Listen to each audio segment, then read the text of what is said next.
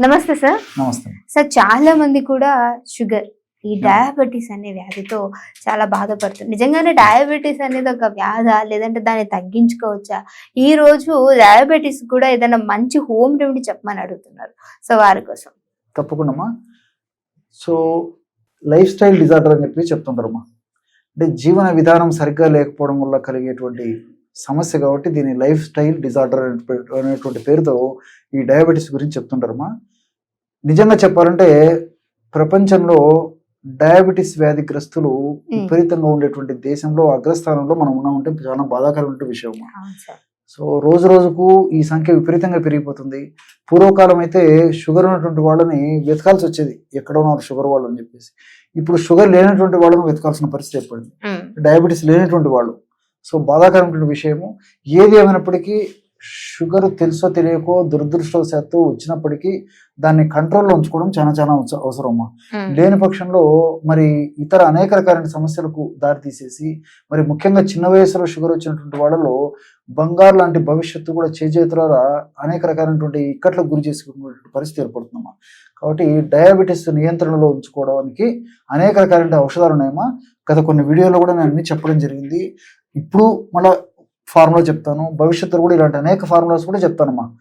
So ఆధునిక కృత్రిమ రసాయన ఔషధాలు వైద్యులు సూచించిన మేరకు వాడుతూ ఇప్పుడు మనం చెప్పుకోవేటువంటి ఔషధాన్ని వాడుకోవడం వల్ల సమర్థవంతమైన ఫలితాలు కలుగుతాయమ్మా. జస్ట్ 4 పదార్థాలు. ఏం పదార్థాలు అంటే మొట్టమొదట దాల్చిన చెక్క అవసరం అవుతుందమ్మా. సో మంచిగా ఇలాంటి దాల్చిన చెక్క తీసుకుని పౌడర్ తయారు చేసుకోవడం వల్ల ఇలాంటి దాల్చిన చెక్క పొడి రెడీ అయిపోతుంది. రెండవ పదార్థంగా పసుపు కొమ్ములమ్మ. పసుపు కొమ్ములు తెచ్చుకొని దంచి ఈ విధంగా పొడి తయారు చేసుకోవాలి. మూడవ పదార్థంగా నల్ల జీలకర్ర. నల్ల జీలకర్రను కాస్త వేయించేసేసి పొడి తయారు చేసుకొని ఈ విధంగా తయారు చేసుకొని పొడి పెట్టుకోవాలన్నమాట. చివరగా ఈ యొక్క 4వ పదార్థం వచ్చేసి పొడపత్రి. దీన్నే మధునాశిని అనేటువంటి పేరుతో పిలుస్తారమ్మా. ఇది కూడా మనకు ఆయుర్వేద ఔషధ విక్రయశాలలో పచారీ కొట్టులో దొరుకుతుంది. దీని యొక్క ప్రత్యేకత ఏంటంటే ఈ యొక్క ఆకుని మనం నమిలేసి మింగేసేసి కొద్దిసేపు వెంటనే పంచదార, తేనె, ఇలాంటి తీపి, బెల్లం ఇలాంటి తీసుకుంటే నోటిలో ఆ యొక్క తీపిదనం కూడా తెలియదమ్మా. అంటే నోటిలో ఆ తీపిదనాన్ని తెలియకుండా చేసేటువంటి అద్భుతమైన శక్తి అందులో ఉంది. కాబట్టి అందుకోసం అని చెప్పేసి డయాబెటీస్, షుగర్ సమస్యలు ఉన్నప్పుడు ఈ యొక్క ఔషధాన్ని కూడా వాడుకుంటుంటారు అనమాట. ఇది ఈ విధంగా మనకు ఎండించినటువంటి ఈ యొక్క పొడపత్రి ఆకు మనకు మార్కెట్ లో దొరుకుతుంది. ఆ యొక్క పౌడర్ కూడా మనకు మార్కెట్ లో ఇలాంటి పౌడర్ కూడా దొరుకుతుందమ్మా. సో ఈ 4 పదార్థాలను ఉపయోగించేసి ఔషధం ఎలా తయారు చేసుకోవాలంటే దాల్చిన చెక్క పొడి ఒక 25 గ్రాములు తీసుకోవాలి. ఔషధం తయారు చేసి చూపించేందుకు ఇక్కడ కొద్దిగా మాత్రమే కలపడం జరుగుతుందమ్మా. దాల్చిన చెక్క పొడి 25 గ్రాములు, అదే విధంగా పసుపు యొక్క పొడి ఒక 25 గ్రాములు, మూడవ పదార్థంగా నల్ల జీలకర్ర యొక్క పొడి 25 గ్రాములు, 4వ పదార్థంగా పొడపత్రి యొక్క పొడి 25 గ్రాములు. కాబట్టి ఇది అన్ని సమానంగా తీసుకోవాలి. ఒకవేళ 50 గ్రాములను తీసుకోవచ్చు. కాబట్టి మనం ఒక పదార్థాన్ని ఎంత తీసుకుంటామో అదే పద్ధతిలో మిగతా పదార్థాలన్నీ తీసుకోవాలన్నమాట. కాబట్టి 25 గ్రాముల చొప్పున తీసుకున్నట్లయితే అన్ని 25 గ్రాములు తీసుకోవాలి. అట్లే 50 గ్రాములు అయితే 50 గ్రాములు, ఈ విధంగా అన్ని సమానంగా తీసుకోవాలన్నమాట. అతి త్వరలోనే బ్రహ్మాండమైనటువంటి చూర్ణ ఔషధము షుగర్ వ్యాధిని సమర్థవంతంగా నియంత్రించడమే కాకుండా షుగర్ వ్యాధి వల్ల భవిష్యత్తులో ఇతర ఉపద్రవాలు రాకుండా వ్యాధి నిరోధక శక్తి పెంచేందుకు ఉపయోగపడేటువంటి ఔషధం కూడా ఒక 1 నిమిషం లేదా 1 నిమిషం లోపే తయారైపోతుంది. ఈ విధంగా పౌడర్ తయారు చేసి పెట్టుకోవాలమ్మా. ఈ విధంగా తయారు చేసుకున్నటువంటి ఈ యొక్క పౌడర్ ని ఒక గాజు సీసాలో నిల్వ ఉంచుకోవాలి. చూసారు కదమ్మా, బ్రహ్మాండమైన పౌడర్ తయారు చెప్తానమ్మా.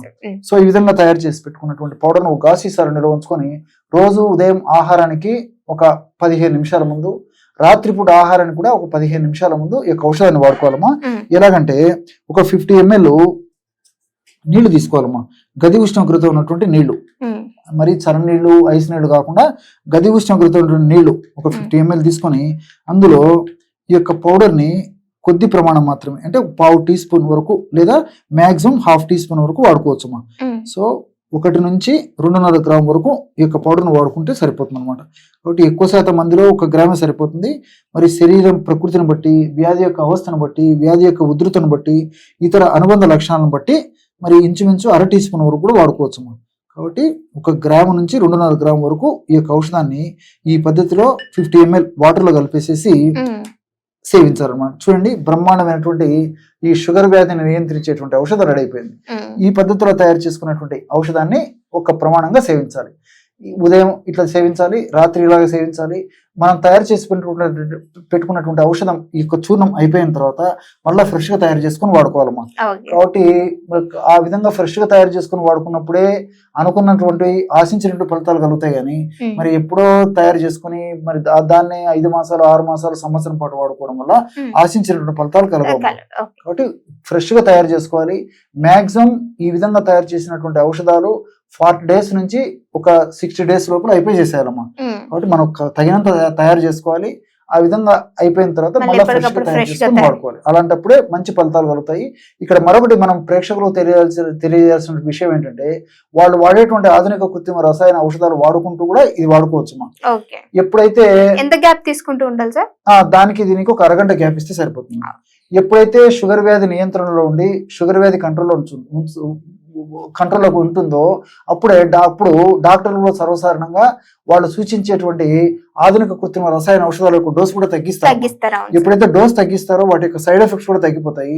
అంతేకాకుండా మరి ఇతర ఔషధాలు కూడా వాడాల్సినటువంటి అవసరం కూడా రాదమ్మా. ఈ యొక్క ఔషధం మరొక ప్రత్యేకత ఏంటంటే వ్యాధి నిరోధక శక్తిని పెంచుతుంది. కాబట్టి మరి షుగర్ వ్యాధి వల్ల భవిష్యత్తులో ఇతర అనేక రకాల ఉపద్రవాలు అంటే తల నుంచి కాళ్ళ వరకు కంటికి సంబంధించిన జబ్బులు, మెదడుకు సంబంధించిన జబ్బులు, గుండెకు సంబంధించినటువంటి జబ్బులు, రక్తనాళాలకు సంబంధించిన జబ్బులు, చర్మానికి సంబంధించినటువంటి జబ్బులు, నరాలకు సంబంధించిన జబ్బులు, ఇలాంటి అనేక రకాల జబ్బులు రాకుండా ఉండేందుకు, వచ్చినటువంటి జబ్బులు త్వరగా తగ్గేందుకు, ప్రమాదకరంగా మారకుండా ఉండేందుకు కూడా ఈ ఇప్పుడు మనం చెప్పినటువంటి ఫార్ములా చాలా సమర్థవంతంగా ఉపయోగపడుతుంది. కాబట్టి మరి వాళ్ళు ఆధునిక వైద్యం ప్రకారం వాళ్ళు సూచించిన మేరకు ఔషధాలు వాడుకుంటూ కూడా ఇది వాడుకోవడం వల్ల అనేక రకాలైన మల్టిపుల్ బెనిఫిట్స్ ఉంటాయి. Okay, thank you so much sir. చాలా చక్కటి ఇన్ఫర్మేషన్. డయాబెటిక్ అనగానే బాధపడిపోతుంది, కంట్రోల్ అవ్వదేమో అనుకునే వారికి నిజంగా మన ఇంట్లో దొరికేటువంటి చాలా చక్కటి ఆయుర్వేదిక్ ప్రాపర్టీస్ కూడినటువంటి ఔషధాలతో కూడిన నిజంగా హోమ్ మేడ్ మనకు మంచి డ్రింక్ అని చెప్పొచ్చు. ట్రై చేయండి. ట్రై చేసిన తర్వాత మీరు ఏం చేయాలి, మీ వాల్యుబుల్ కామెంట్ కింద కామెంట్ చేయడం మర్చిపోకండి. ఇంకో వీడియోతో మళ్ళీ మీ అందరి ముందుకు వస్తాం. చూస్తూనే ఉండండి అవర్ ఛానల్.